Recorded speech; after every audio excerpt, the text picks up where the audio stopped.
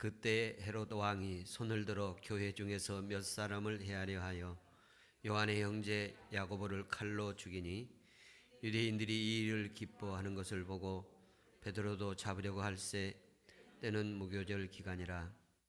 잡음에 옥에 가두어 군인 내 배에 맡겨 지키고 유월절 후에 백성 앞에 끌어내고자 하더라. 이에 베드로는 옥에 갇혔고 교회는 그를 위하여 간절히 하나님께 기도하더라. 헤롯이 잡아내려고 하는 그 전날 밤에 베드로가 두 군인 틈에서 두 쇠사슬에 매여 누워 자는데 파수꾼이 문 밖에서 옥을 지키더니 호련히 주의 사자가 나타나매 옥중에 광채가 나며 또 베드로의 옆구리를 쳐 깨워 이르되 급히 일어나라 하니 쇠사슬이 그 손에서 벗어지더라. 천사가 이르되 띠를 띠고 신을 신으라 하거늘 베드로가 그대로 하니 천사가 또 이르되 겉옷을 입고 따라오라 한데 베드로가 나와서 따라갈새 천사가 하는 것이 생수인 줄 알지 못하고 환상을 보는가 하니라. 이에 첫째와 둘째 파수를 지나 시내로 통하는 쇠문에 이르니 문이 저절로 열리는지라. 나와서 거리를 지나매 천사가 곧 떠나더라. 이에 베드로가 정신이 들어 이르되 내가 이제야 참으로 주께서 그의 천사를 보내어 나를 헤롯의 손과 유대 백성의 모든 기대에서 벗어나게 하신 줄을 알겠노라 하여 깨닫고 마가라 하는 요한의 어머니 마리아의 집에 가니 여러 사람이 거기서 모여 기도하고 있더라. 베드로가 문을 두드린데 로데라 하는 여자아이가 영접하러 나왔다가 베드로의 음성인 줄 알고 기뻐하여 문을 미처 열지 못하고 달려 들어가 말하되 베드로가 대문 밖에 섰노라 하니 그들이 말하되 내가 미쳤다 하나 여자아이는 힘써 말하되 참말이라 하니 그들이 말하여 그러면 그의 천사라 하더라. 베드로가 문 두드리기를 그치지 아니하니 그들이 문을 열어 베드로를 보고 놀라는지라. 베드로가 그들에게 손짓하여 조용하게 하고 주께서 자기를 이끌어 옥에서 나오게 하던 일을 말하고 또 야고보와 형제들에게 이 말을 전하라 하고 떠나 다른 곳으로 가니라. 아멘. 지난 주일에는 사도행전 11장 성령 충만한 안디옥 교회에 대한 말씀을 나누었습니다. 안디옥 교회는 주 예수를 전파하는 교회, 주의 손이 그들과 함께하는 교회, 주와 함께 머물러 있는 그리스도인으로 훈련시키는 교회, 그리고 예루살렘 교회를 돕는 교회로 이렇게 말씀을 합니다. 오늘은 영동교회 창립 37주년을 기념하는 날입니다. 영동교회가 안디옥 교회처럼 성령 충만한 교회 되기를 소망합니다. 37년을 돌아보면서 주 예수 그리스도의 은혜와 하나님의 사랑과 성령님의 역사가 한없음을 고백하며 감사를 드립니다. 지금까지 한결같은 마음으로 같이 해주신 분들에게 깊은 감사를 드립니다. 자기의 길을 가지 않고 목회자와 뜻을 함께하고 또 목사와 함께하는 것이 일부가 아니라 전부를 함께하고 목회자가 목회자를 어렵고 힘들게 하는 것이 아니라 힘이 되어 주셨던 모든 분들에게 다시 한번 깊이 감사를 드립니다. 오늘 말씀 중에 하나님의 기적을 체험하게 하자 이런 말씀으로 준비했습니다. 하나님의 기적을 체험하는 축복이 있기를 축원합니다. 사도행전 12장은 베드로가 기적적으로 구원받는 사건을 말씀하고 있습니다. 1절부터 5절까지는 베드로가 투옥되어서 있을 때에 교회가 그들을 위해서 기도하는 장면입니다. 탄압과 박해 상황 속에서 교회가 그를 위해서 기도하는 장면이고 6절부터 12절까지는 하나님의 기적으로 구출되어져 나오는 베드로의 모습입니다. 천사가 방문해서 그를 안내하면서 이끌어내어 주시는 장면입니다. 13절부터 17절까지는 기도하는 성도들에게 베드로가 찾아가서 만남을 갖는 그런 장면으로 구성되어 있는데 오늘 이 세 부분으로 나누어서 말씀을 준비했습니다. 전체적인 내용은 베드로가 기적적으로 구출되는 장면입니다. 이번 주간에 사랑하는 우리 모든 예배자들에게 하나님의 기적을 개인적으로 고백할 수 있는 하나님이 내게 기적을 주셨다. 이런 체험이 있는 한 주간 되기를 축복합니다. 이 인간이 살아가는 동안에 절체절명의 위기 속에서 기도하고 또 기도의 응답으로 주님의 기적을 베푸신 사건이 차라리 없는 게 나을 수 있습니다. 왜? 위기를 당하지 않고 평안할 수 있기를 바랍니다. 그러나 혹시 남모르게 또 다 알게라도 큰 어려움이 있다면 찾아온다면 하나님이 기적적으로 구원해 주시는 은혜를 체험하기를 축복합니다. 탄압과 박해 속에서 어떻게 믿음을 지켜가고 있는가 1절부터 5절까지 보면은 1절에 야고보가 참수형을 당합니다. 칼에 의해서 칼로 쳤다 이런 표현이 있는데요. 참수를 했는지 칼로 어떻게 상했는지 표현은 없지만 칼에 의해서 순교를 당합니다. 근데 이 순교는 교회의 정치 세력들이 들어와서 탄압하고 박해하는 모습이었습니다. 이전까지는 유대교 지도자들과 성전 지도자들에 의해서 예수 따르던 사람들이 박해를 당했는데 사도행전 12장에서는 로마 권력에 의해서 정치 권력에 의해서 교회가 박해를 받는 모습입니다. 그 박해 주동자는 헤롯 아그리빠라는 사람입니다. 이 헤롯 아그리빠에 대한 내용은 20절부터 25절까지 자세하게 나와 있는데요. 이 아그리빠의 가계도를 좀 살피면 예수님 출생 당시에는 헤롯 대왕입니다. 예수님 공생의 시절에는 헤롯 안티파스 갈릴리 분봉왕이 예루살렘을 지배하고 있었습니다. 오늘 사도 베드로가 사역하는 때는 헤롯 아그리빠 1세입니다. 사도행전 25장에 나오는 아그리빠 헤롯은 아그리빠 2세 그의 아들입니다. 그러나 헤롯 왕의 후예들 가운데 요한의 형제 야고보를 순교하게 하고 베드로를 죽이려고 감옥에 가두었던 헤롯은 아그리빠 1세입니다. 그런데 23절에 보면 하나님이 그를 치셔가지고 벌레에게 물려서 갑자기 죽게 된 이런 하나님의 심판을 받습니다. 하나님은 교회의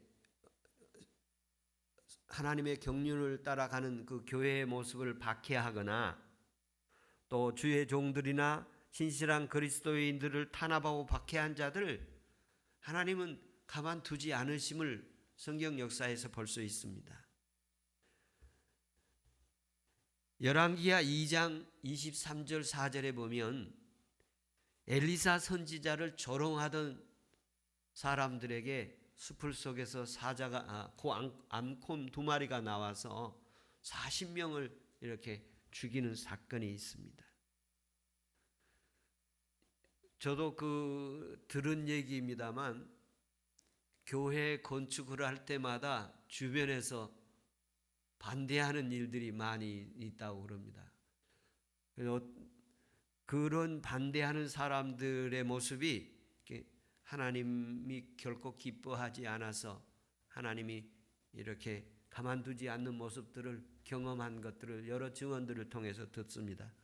오늘날도 하나님이 참고 인내하고 견디시지만 때가 되면 심판하실 것이고, 그렇지 않으면 마지막 하나님 앞에 가서 냉수 한 그릇이라도 결코 지나가지 않는 분이시기 때문에 무엇이든지 다 하나님 앞에서 헤아림을 받게 될 것입니다. 우리가 그것만 알고 이 땅에서 살아가도 함부로 살 수 없을 것입니다. 하나님께서 저와 여러분의 삶의 여정에 간절히 축복하고 바라는 것은 하나님을 대적하거나 교회를 대적하거나 주의 종을 대적하거나 믿음의 사람들을 대적하는 일이 없는 일생이 되기를 축복합니다. 탄압과 박해 상황 속에서 정치 세력과 세계 역사를 이렇게 보면 우리 인류 가운데 주변 나라들과 전쟁하지 않은 나라가 사실 없습니다. 모든 주변 국가가 사이 좋은 나라가 별로 없습니다. 왜?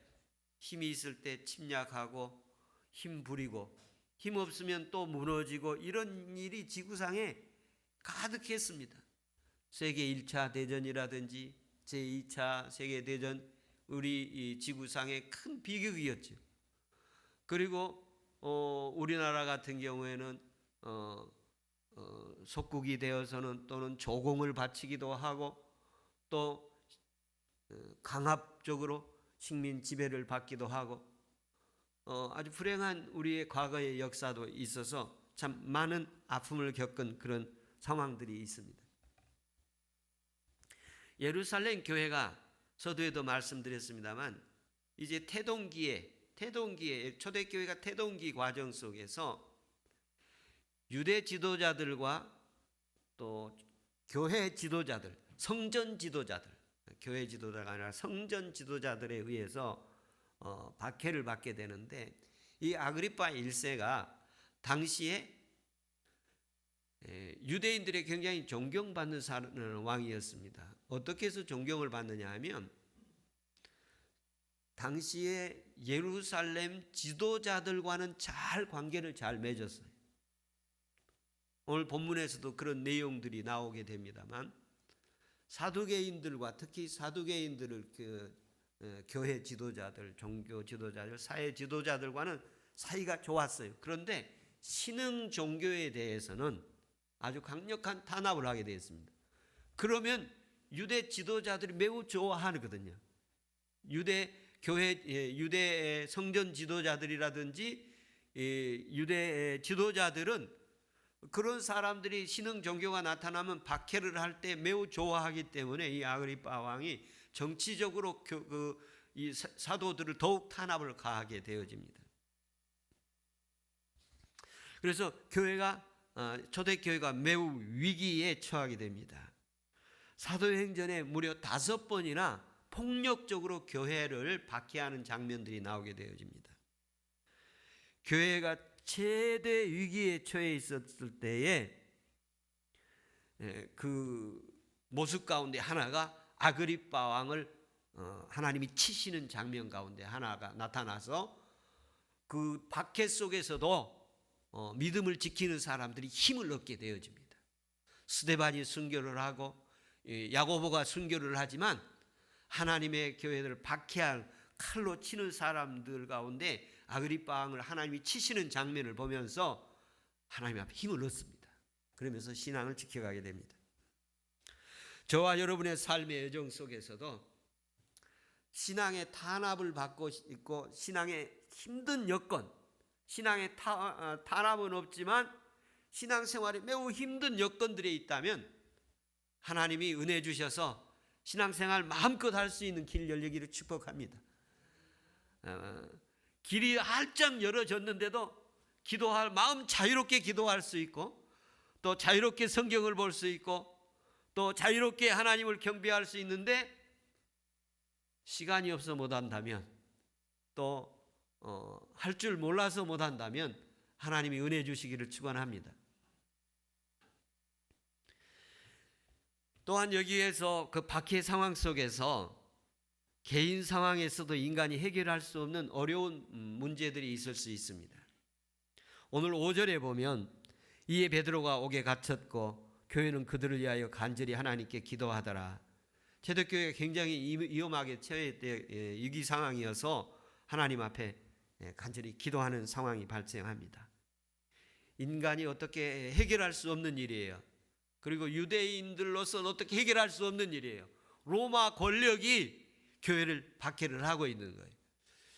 최근에 한국 교회가 이 정치와 이렇게 대결하는 모습도 있고, 또 정치 세력들이 교회의 이름을 이렇게 어지럽게 하는 부정적 표현들이 많이 발생하기도 하고, 그래서 한국교회 가장 지금 위기 상황이 사회로부터 교회의 신뢰도가 낮아졌다는 것이라고 얘기를 들었습니다.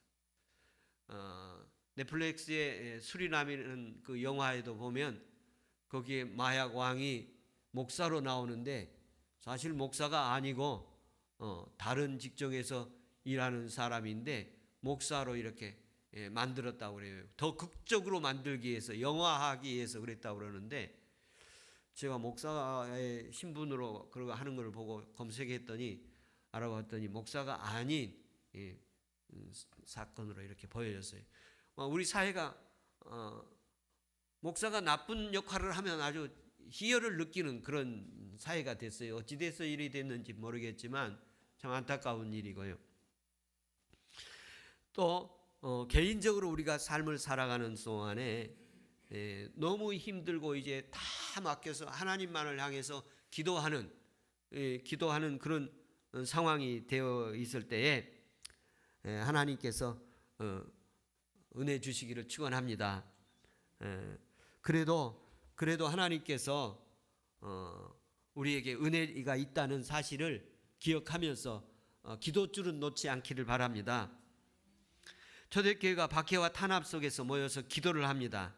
모여서 기도를 하는데 개인적인 상황도 문제가 있을 때 기도를 하고, 교회가 어려운 일을 당해도 기도를 하게 되는데, 여러분, 어려운 일이 왔을 때 기도하는 사람이나 기도하는 교회가 되면 거기 희망이 있습니다. 어려운 일이 누구든지 닥칠 수 있어요. 교회도 어려울 수도 있고 개인도 어려울고 국가도 어려울 수 있어요. 예전에 보면 삼각산에 구국 기도원이 있었고 24시간 나라를 위해서 기도하는 그 시절이 있었는데 이젠 많이 식은 것 같습니다. 그러나 성경은 말합니다. 기도하는 사람이 있으면 거기에 희망이 있을 줄로 믿습니다. 가족 중에 기도하는 사람이 한 사람이 있으면 그 가정에 희망이 있습니다. 교회 중에 기도하는 사람이 있으면 그 교회에 희망이 있습니다. 그 나라를 위해서나 가정을 위해서나 교회를 위해서 기도하는 사람이 희망인 것입니다. 교회가 간절히 기도할 때 하나님의 그 기도의 응답이 있습니다. 영동교회가 37년 동안 지나오면서 하나님의 기도의 응답이 수없이 많았습니다. 하나님께서 여기까지 오게 하신 그 에베네셀의 역사가 지속될 줄로 믿습니다. 여기서 우리는 기도의 중요성을 다시 한번 느끼게 됩니다. 우리가 어떠한 상황에 있든지 그리스도인들의 삶의 속에서 하나님 앞에 기도가 있기를 축복합니다. 우리가 어떤 상황이지만 어떤 상황에 처해 있더라도 그럼에 불구하고 우리는 더 기도해야 합니다. 더 기도하고 지속적으로 기도하고 주님의 응답이 올 때까지 기도하고, 응답이 오면 하나님께 감사하면서 또 기도하고, 하나님께 지속적으로 기도하는 은혜가 있기를 바랍니다. 이 베드로의 기적적인 역사 가운데는 교회의 기도가 있었습니다.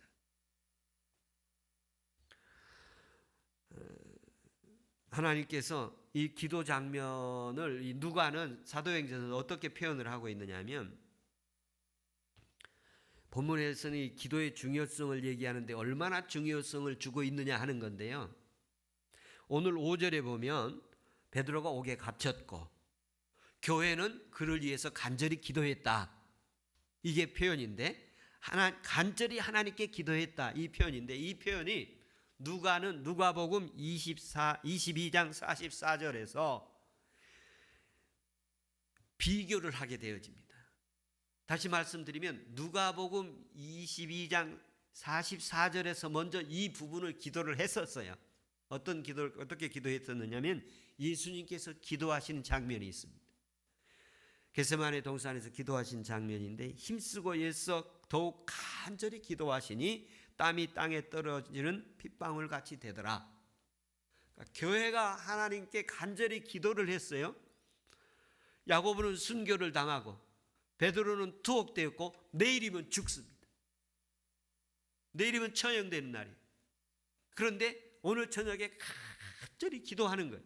그런데 그 기도 장면을 어느 기도 장면과 비교를 하느냐면, 예수님이 겟세마네에서 이제 내일 죽게 되잖아요. 그 장면과 비교를 하고 있어요. 그 장면. 저와 여러분의 기도의 모습이 위기 속에서 하나님 앞에 기도할 때에 누가복음 22장 44절에 예수님 마지막 기도처럼 하나님께 간절하게 피땀을 흘려 기도하면 하나님이 십자가 지게 하시고 또 부활하게 하시는 은혜가 있을 줄로 믿습니다. 두 번째, 하나님의 기적으로 구원받은 베드로의 사건인데, 이 사건을 보면 설교를 준비하면서 느낀 소감이, 이 방송에 나오는 드라마보다 영화보다 더 극적인 장면이 이렇게 연출되는 것을 보면서 이 상황을 우리 성도들에게 어떻게 극적으로 설명을 해야 될까 고민하는데, 본문이 제일 잘 되어 있더라고요. 본문이 제일 잘 되어 있어서 본문을 한번 자세히 한번 보시면, 집에서 한번 보십시오. 정말 어떤 만화에서보다 어떤 영화에서보다 아주 극적인 장면이에요. 천사가 찾아왔습니다. 그 천사가 찾아와서 베드로를 구출해내는 이런 장면입니다. 이 부분을 잘 설명을 해서 실감나게 해야 되는데, 실감나게 준비하려다가 잘 안 돼서 오늘 본문 그대로 하겠습니다. 옥중에 베드로가 갇혀 있었고, 이제 마지막 밤, 내일이면 처형되는 그런 상황이에요. 그런데 천사가 찾아와서 그를 구출해내는 장면에 베드로 전담 감시 지키는 요원이 16명 로마 군인입니다. 16명이 지키고 있습니다. 잠잘 때 좌우에 로마 군인이 같이 잠을 자고 있고, 제가 상상하기는 그렇게 상상됐어요. 좌우의 팔에다 서로 수갑을 채워가지고 잠을 자고 있어요. 베드로 오른쪽에도 군인이 수갑 차고 같이 둘이서 수갑을 차고 있고, 왼쪽에도 둘이 수갑을 차고 있고, 그리고 둘은 지키고 있고, 그게 16명이 지키고 있는 거예요. 그리고 이중으로 감옥이 됐어요. 제가 감옥 안에 들어가 보진 않아서 잘 모르겠는데, 이 심한 곳은 2중 3중으로 이렇게 탈출하지 못하도록 이렇게 되어 있는데, 가보신 분은 알겠지만, 아무튼 경비가 삼엄한 그런 상황이에요. 그런데 잠들었습니다. 깊은 밤에 잠이 들어서 있을 때에 천사가 옆구리를 찔렀습니다.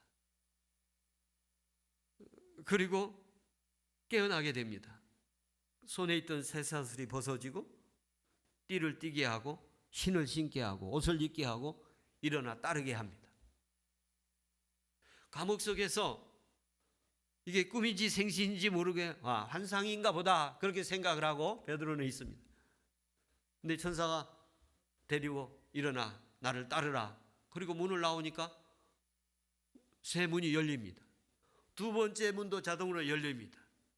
그리고 그 성을 탈출하는 마지막 문도 저절로 열리게 되고, 그리고 얼마 가다가 천사가 떠나가니까 그때야 정신 들어서 이게 실제 상황이구나 이렇게 느껴집니다. 이 베드로의 이 탈출이 어떤 의미가 있느냐 하면 하나님이 베드로에게 활동하고 있음을 보여주고 계십니다. 교회가 그를 위해서 간절히 기도하고 있고 하나님이 천사를 보내어서 베드로를 위해서 활동하고 있음을 보여줍니다. 오늘 그 상황이 3번 기록되어 있습니다. 천사가 베드로를 위해서 활동하고 있는 장면이 12장 7절에 보면 주의 사자가 깨워 이르되, 잠자고 있는 베드로를 깨웠습니다. 주의 사자가 흔들어서 깨웠습니다. 옆구리를 찼습니다. 아마 깊이 잠들었겠나 봅니다. 그리고 12장 8절에 보면 천사가 그에게 이르되, 또 8절에 보면 천사가 또 그에게 말하기를, 베드로에게 말하기를, 천사가 베드로가 지금 얘기한 거예요. 베드로가 얘기한 겁니다. 천사가 나를 깨웠다. 천사가 내게 말을 했다. 이 말은 무슨 말이냐면 나의 탈출에 하나님의 활동이 있었고 하나님의 천사를 보내서 나를 구출해냈다 하는 것입니다. 저와 여러분의 삶의 여정 속에서 좀 잘된 적이 있습니까? 하나님이 도와주신 것입니다. 어려운 일이 있을 때 여러분 어려움을 극복해냈습니까? 하나님이 도와주신 것입니다. 베드로의 정신 차리고 돌아보서 생각하고 고백하기를, 천사를 보내서 하나님이 나를 도와주셨습니다. 고백하게 되어집니다. 영동교회가 제가 개척한 지 37년 차 됐는데요. 제 성향상 이렇게 다시 한번 돌아보면 하나님이 제게 말씀하신 전체 모습 가운데 너는 가만히 있어라. 내가 하는 일을 볼 것이다. 그런 모습이 아니었는가 살펴봅니다. 하나님이 참 많은 일들을 주셨습니다.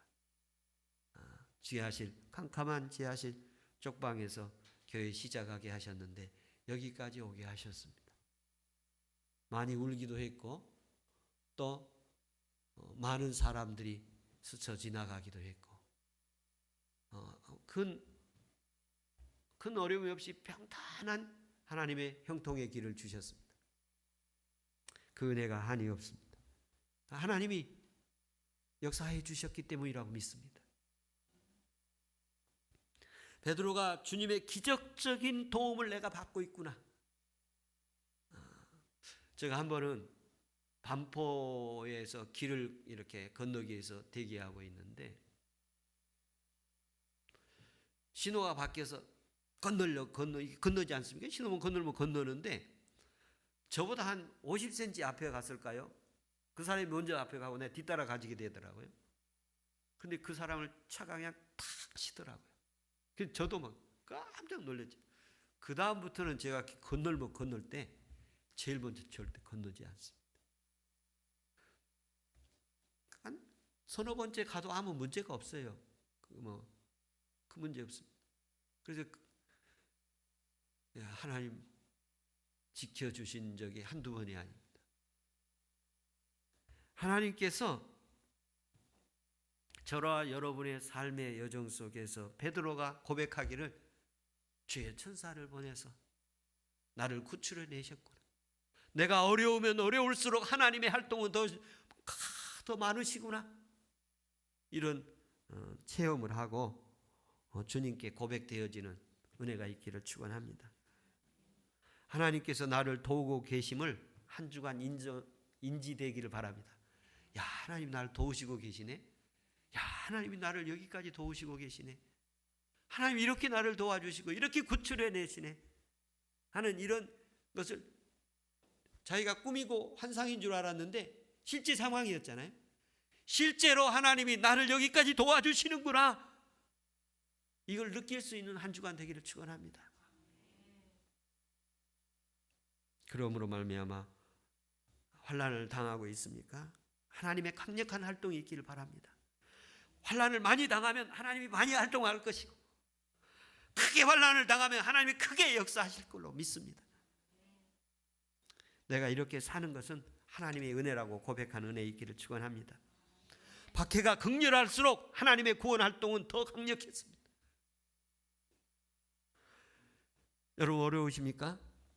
어려울 때 기도하니까 천사가 나타나 기적적으로 도와줬습니다.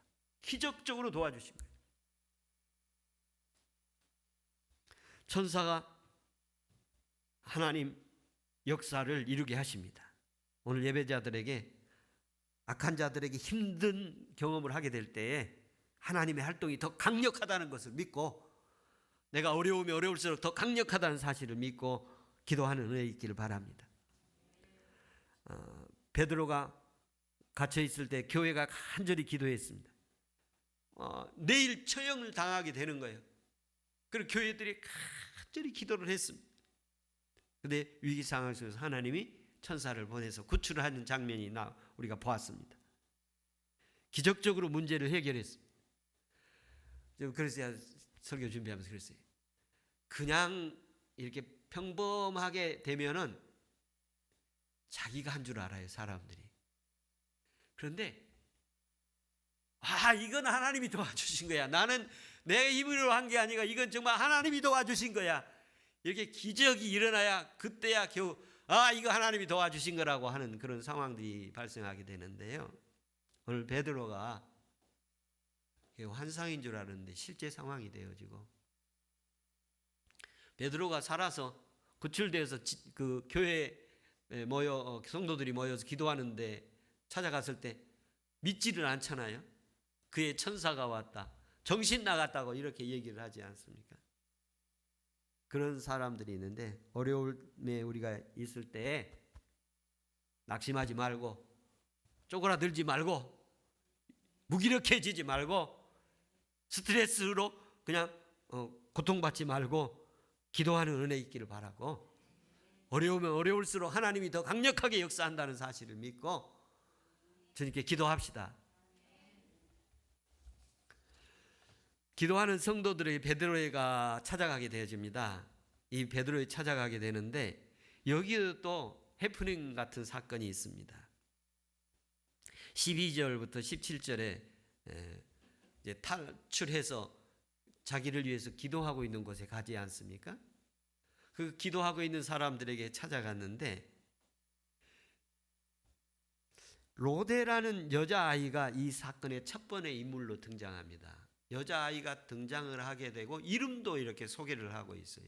이 어린아이를 아주 칭송하고 있는 장면입니다. 예루살렘 교회가 기도하고 있는데 그 집에 베드로의 구출을 위해서 기도하고 있어요. 그 구출을 위해서 기도하다가 이제 베드로가 거기 나타났어요. 그러면 모든 사람이 좋아서 하나님 응답해 주셔서 감사합니다 이렇게 돼야 되는데, 상황이 그게 아니에요. 여기 오늘 특별한 오늘날 이 시대의 믿음이 고스란히 담겨 있어요. 현대의 믿음의 모습이 아주 이 안에 아주 잔뜩 담겨 있음을 볼 수가 있습니다. 그 몇 가지 살펴보겠습니다. 첫째는 이 여자아이의 믿음인데요. 베드로를 보지 못했어요. 그런데 목소리를 듣고 알았어요. 그런데 이 아이도 기도를 했던 거로 보여져요. 베드로 목소리를 듣고 구출해달라고 그랬잖아요. 하나님 구출해달라. 하나님께 간절히 기도해서 구출돼서 왔어요. 그게 너무 기쁜 거예요. 그 문을 열어줘야 되는데 문을 열어준 거를 잊고 방에 들어가서 베드로 사도가 왔습니다. 살아서 왔습니다. 그러니까 거기에 모인 사람들이 너 제정신이냐? 거기서 어떻게 탈출되느냐? 왔다고 그러면 아마 그의 천사가 왔을 것이다. 그렇게 얘기를 하고 있어요. 거기 있는 사람. 그런데 이 아이는 보지도 않고 목소리만 듣고 너무 기뻐서 베드로가 살아왔습니다 하고 알리는 사건이에요. 기적적으로 돌아온 베드로를 이 어린아이는 맞이하게 되는데, 이 어린아이의 기도는 진심이었던 것을 볼 수가 있어요. 이 어린아이의 기도는 진심이에요. 이 아이의 기도는 실제 기도였어요. 저와 여러분의 한 주간의 삶이 이 어린아이 같이 하나님의 기적을 체험하기를 축원합니다. 믿고 기도하면 그대로 될 줄로 믿습니다. 환난을 당한 자가 있느냐? 기도할 것이요. 기도하면 하나님이 들어주실 줄로 믿습니다. 이 어린아이는 기도한 대로 기쁘게 응답을 받습니다. 두 번째 모습은 거기 있던 사람들이 정작 믿지 않고 미쳤다고 반응하는 거예요. 이 사람들이 기도했어요. 절박하게 기도했습니다. 그런데 문제는 거기 구출되기가 만만치 않았어요. 구출하려고 노력도 했겠지요. 요즘으로 말하면 이리저리 손 많이 썼겠죠. 권력자에게도 줄 대보기도 하고 이런저런 일들 많이 노력했을 거 아니에요. 구출하려고. 그런데 아무 방법이 없고 하나 남은 게 뭐예요? 기도하는 거예요. 기도하는 거. 이 삼엄한 경비에서 베드로가 도저히 거기 탈출할 수 없는 걸 알고 있었어요. 그래서 제가 주석에 찾아보니까 어떤 사람들은 내부의 어떤 사람들을 포섭해 가지고 탈출시켰다, 그렇게 얘기하는 사람도 있어요. 그런데 그렇지 않습니다. 천사가 그를 탈출시켰어요.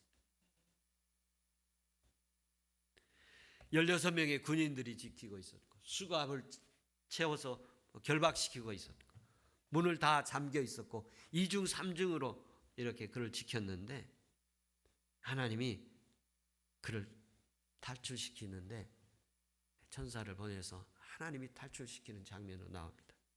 그런데 기도를 하면서 생각하기를 사람은 거기 탈출할 수 없다는 거예요. 기도는 했는데 거기서 베드로가 탈출할 방법은 없는 거예요. 그래서 만약에 그렇게 왔다면 베드로가 온 게 아니고 베드로의 천사가 왔을 것이다. 하나님의 능력을 자기들이 스스로 제한시켜서 하나님의 응답을 스스로 만들어내고 있음을 보게 됩니다. 기도는 하나님 탈출시켜 주십시오 기도를 하고 탈출돼서 왔는데 그게 아니야. 거기서 탈출할 수 없어. 안 될 거야. 탈출할 수가 없어. 왔다면 그냥 그의 천사가 환상으로 왔겠지. 그렇게 지금 얘기를 하고 있는, 오늘날 이 시대에 기도하는 사람들의 모습을 말씀하고 있는 모습입니다. 하나님께서 살아계신 분이시고 전능하신 분이시고 기도하면 응답하시는 분이시고 하나님의 때가 되면 하나님이 역사하실 줄로 믿습니다. 우리는 그 때가 될 때까지, 하나님의 때가 될 때까지 우리는 간절히 기도하고 계속 기도하고 때가 이루어질 때까지 우리는 기도해야 할 줄로 믿습니다. 우리의 믿음의 연약함, 우리의 믿음의 부족함, 우리의 의심하는 기도, 기도하면서 믿지 못하는 기도 얼마나 많이 있습니까? 그래서 그런 얘기도 하지요. 기도 응답이 안 오면 내 그럴 줄 알았다고, 그런 이야기들도 합니다. 우리가 기도하면서 믿지 못하는 낮은 믿음, 의심하는 믿음, 연약한 믿음이 기적을 통해서 확신을 갖게 하고 해결되는 은혜가 있기를 바랍니다. 하늘에서 이렇게 참 빛이 임하고 또 광야에서 5,000명을 먹이고 바다 위를 걷고 이런 표적과 기적을 체험하더라도 얼마 가면 믿음이 또 흔들려지고 또 의심되어지고 그런 일들이 수없이 일어나게 되는데 주기를 따라 은혜 주시기를 축원합니다. 주중에 그런 일이 있었어요. 목사님이 설교를 너무 못한데 요즘에 인터넷이 이렇게 성도들이 인터넷 접하는 기회가 많아졌어요. 온라인 예배하면서 오늘도 우리도 온라인 예배 되어지는데 온라인 예배를 하면서 이제 한국교회 목사들의 실체, 정체성이 다 드러나게 됐어요. 누가 설교 잘하는가 못하는가 다 드러나게 됐습니다. 그래서 우리 목사님은 왜 저 목사님처럼 설교를 못하는가, 그래가지고 뭐 교회 설교 잘하는 사람들한테 가는 일도 이제 많아졌어요. 그래서 제가 이제 그런 얘기를 한번 했습니다. 여러분, 예배 드리러 가지 설교 드리러 가는 거 아닙니다. 여러분, 오늘 하나님이 보내셔서 오셨고 하나님이 여러분의 예배 받으시기를 축복하고, 예배 중에 여러 구성으로 구성되어 있는데 그 중에 한 부분이 설교 부분인데 주의 음성 듣기를 바랍니다. 설교를 듣는 게 아니라 주의 음성 듣는 것입니다. 하나님께 이 신앙생활에 여러 가지 모습들이 있지만 날마다 물을 줘야 되는 그런 나무도 있어요. 꽃도 있고, 그런가 하면 한 달에 한 번 주는 나무도 있고 일주일에 한 번 주는 나무도 있어요. 그리스도인들은 기본적으로 일주일에 한 번 정도는 이 하나님의 은혜 예배에, 이 은혜 현장에 있어야 할 줄로 믿습니다. 그래서 일주일에 한 번 물을 주는 것으로 사는 신앙생활은 이게 굉장히 품질이 좋은 신앙의 제목을 가지고 있는 것 같아요. 저 같은 경우는 매일매일 몇 번씩 해도 신앙 유지가 어려운 거예요. 그런데 일주일에 한 번 물을 이렇게 주고도 신앙생활을 잘하고 있으면 대단한 신앙이에요. 네, 대단한 신앙. 그런데 어떤 분은 또 부활절과 성탄절, 추수감사절 때 1년에 한 서너 번 가지고도 일생 신앙생활 하면 이분은 저기 한라산이나 설악산 정상에 있는 나무들처럼 주목과 같은 나무들을 천년을 물을 얼마 안 먹고도 천년을 버틸 수 있는 신앙의 차질을 가지고 있는 분들이 아닌가 위로하면서 더 열심히 내기를 바랍니다.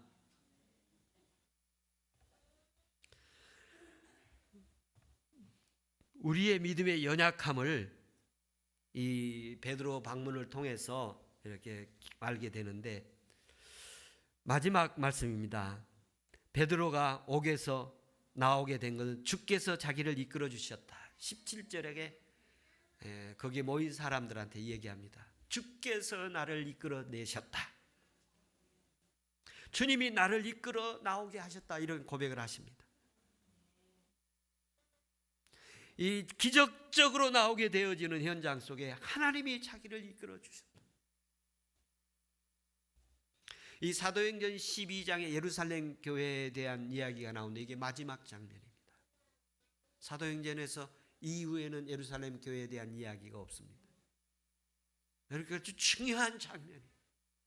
하나님이 기적적으로 역사해 주신 장면이에요. 하나님의 기적의 도우심으로 신앙생활하기를 축복합니다. 믿기 어려운 문제까지도 믿어지는 은혜가 있기를 바랍니다. 도저히 내가 믿고 기도하는데 기도 속에 믿어지지가 않을 때 하나님이 역사해 주셔서 기적을 보게 하시길 바랍니다. 이 사건은 도마도 예수님 만났을 때 마찬가지 하니까, 나 예수님 살아났다고 할 때 나 그 손자국에 못자국 보고 옆구리에 창자국 봐야 믿겠다고 그러지 않습니까? 보여주니까 주는 나의 하나님이십니다. 고백을 하시지 않습니까? 성경에 많은 사건들이 있지만 구약 성경에 출애굽기 사건, 이 출애굽기 사건이 가장 극적인 장면이 아닌가. 하나님께서 위기 상황 속에 있던 이스라엘 백성들, 앞에는 바다가 있고 뒤에는 애국 군대가 오고, 그 위기 상황 속에서 모세가 기도를 합니다. 기도를 하고 있을 때 하나님이 말씀하시죠. 출애굽기 14장에 보면 너는 어찌 부르짖고만 있느냐. 이 백성들에게 하나님이 길을 열어주실 것이다. 너는 바다를 가르도록 해라. 그리고 마른 땅처럼 건널 것이고, 그리고 쫓아오는 애국 군대를 수장시킬 것이다. 다시는 보지 않을 것이다. 이렇게 말씀을 하십니다. 하나님이 기도할 때 이 음성 들려주시고 모세가 그대로 시행을 하고 홍해를 건너 육지같이 건너게 되는 그런 사건을 경험합니다. 그리고 애국 군대는 물속에 수장되는 것을 보게 되어집니다. 하나님께서 너는 왜 기도만 하고 있느냐? 위급한 상황 속에서 기도하고 있을 때 기도만 하고 있느냐? 그러면서 하나님, 내가 하는 일을 네가 보게 될 것이다. 그리고 하나님이 홍해를 통해서 이스라엘 백성을 구원한 사건을 보여주십니다.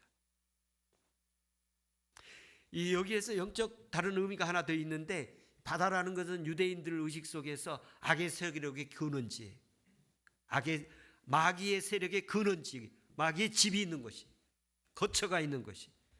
근데 거기를 가르신 거예요.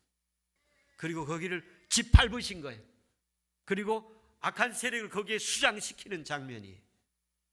이런 역사가 이번 주간에 있기를 축원합니다. 기도하겠습니다.